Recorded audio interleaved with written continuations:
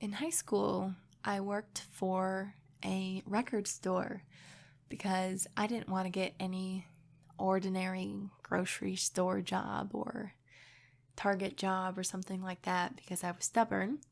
So I decided to offer my help to a record store that kind of looked like it needed some help. The previous owner had just passed away, and the newer owner kind of got stuck with all this stuff. And so I went and I asked if I could work there, and he said yeah. So I worked at a record store for a while in high school.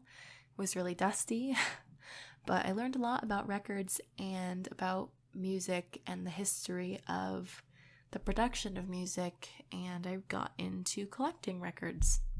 So I have a small record collection now, and I just bought, or I was gifted, a lovely turntable that I love, and it's incredible how good it makes the records sound. I had no idea they could sound so good, but I really love the tangibility of records and the fact that you have to listen to them exactly how the artist intended.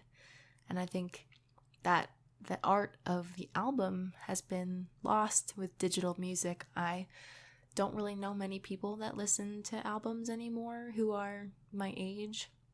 Most people listen to singles or playlists or other types of mixes, I think that the art of the album has been sort of lost. And something about college that I really liked was on this residential floor that I lived on called the music appreciation floor.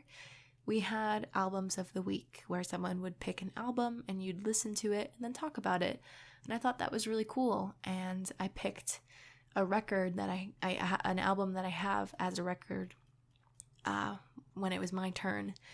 And, I brought out my record and passed it around, and it's a concept album. So I told the story of the album, and that particular record, The Hazards of Love, is such a fantastic record because it's 4 sides and it's a concept album. So, all the songs kind of mold into each other and run into each other.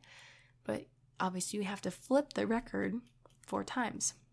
So it's interesting to have this on record because they put breaks in the album, and it's cool to see where those breaks are in the mind of those artists. But someone who has a similar philosophy about records is Jack White, a really fantastic musician who I have had the pleasure of seeing in concert.